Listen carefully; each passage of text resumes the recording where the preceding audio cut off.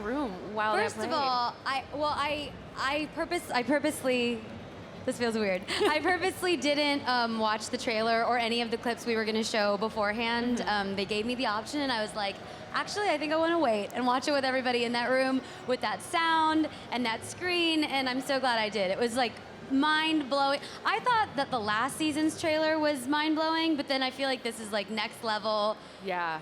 Yeah. They're just turning it up every season. And the music and the animation and Thrawn, let's talk about Thrawn. Right? I saw a lot of people out here like fist pumping and cheering. The reaction that people that we received after that Thrawn reveal was like nothing I've ever seen at any Star Wars event, I think, that I've been at. Yeah. It was absolutely incredible. And I mean, Sabine had some pretty breakout moments during the panel too. They showed that amazing clip of you and Ezra, and you have your jetpack. Jetpack! Finally! We've been waiting for you to have a jetpack. Yes, me too.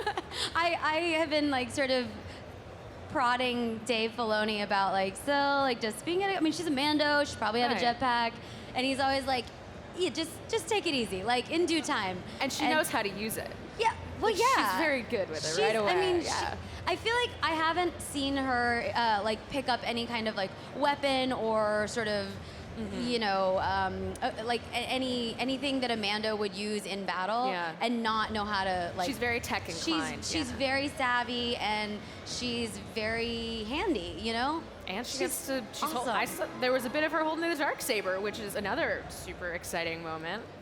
Okay, I gotta be honest. I thought people were gonna be like, I thought that the reaction was gonna be different. People were like, oh, and I was like, guys, it's the dark saber. Why aren't we all like, what is happening? Why does Sabine have it? How did she get it? There was a guy behind me dressed as Darth Maul who goes, "That's not yours." That was pretty incredible. That's awesome. That's great. So you said you had a little bit of prodding to Filoni to give you the jetpack, but he also said that you had some input on her design this year. What sort of direction did you give him? Well, as I said in the panel yesterday, I thought, well, after season 1, Dave came to me and he was like, hey, so season 2, we're going to change up her look. What would you like her to look like? And I was like so flattered and touched that he would ask my opinion. And I told him exactly what I thought, you know, like wanted her hair to look like. And he was like, cool. And then I saw her mock up and I was like, okay, nothing like okay, cool. Like he like asked me and then went like a totally different direction, which is totally his call because he's the boss.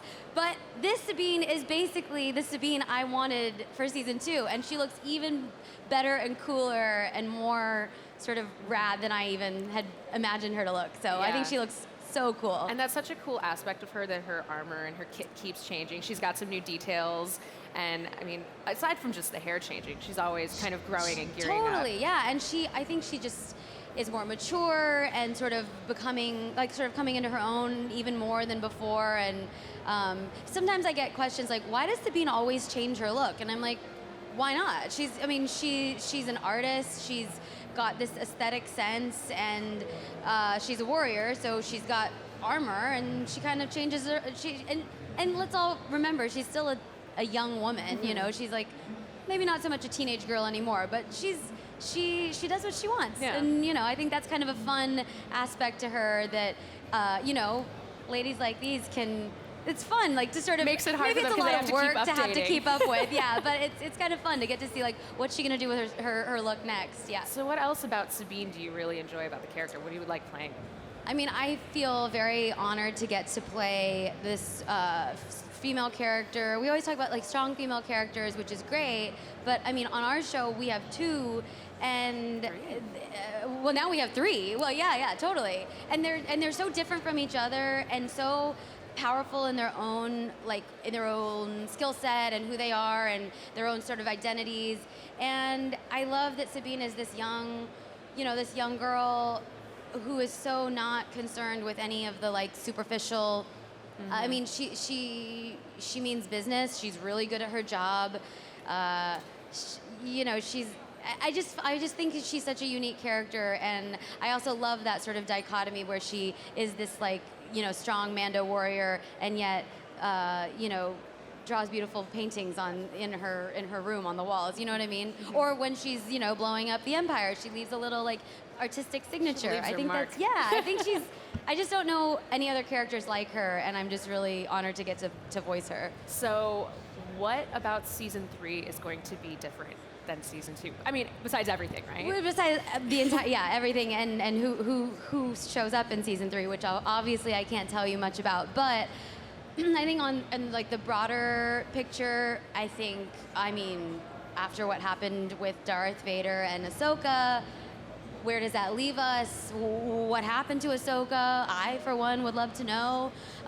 Do we find out? Like, I mean, there's all these bigger questions, and stakes are higher, obviously. But then, for me personally, I mean, I've been sort of desperate to get to know more about Sabine and to sort of explore more of Sabine's storyline in seasons 1 and 2. And I finally feel like we're getting to know a little more about where she comes from and the people from her past. Sort of some people might show up in season 3. Like I said yesterday, I might be related to some of them. So there's a lot of Mando action and characters that people might be excited to meet. That's great. That's so exciting. Or meet again. Why isn't it fall yet? Right? What? Why isn't it fall yet? I know. I can't wait.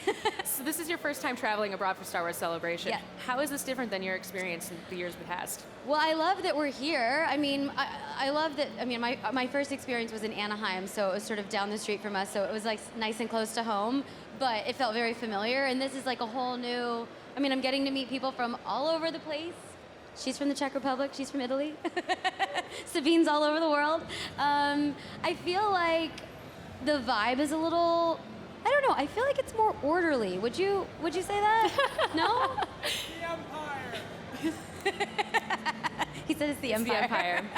You know, we form queues here. Yeah, there's nice lines. It's nice. It feels like less chaotic, maybe. I don't know. I'm having fun. I think it's great. I hope to get to do these a lot more for a long time. Now, see, I see you brought your own security I detail brought with my you. people.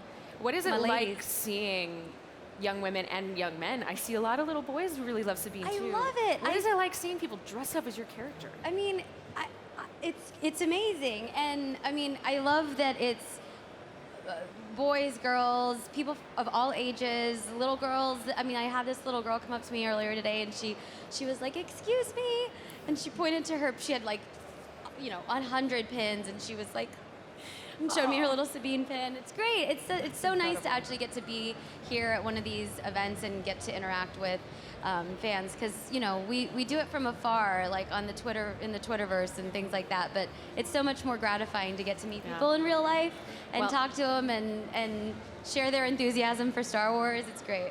Well, thank you so much for joining us. Thank you. And there will be more from Star Wars Celebration in just a minute, and we are going to grab a picture together. Great. You guys look awesome.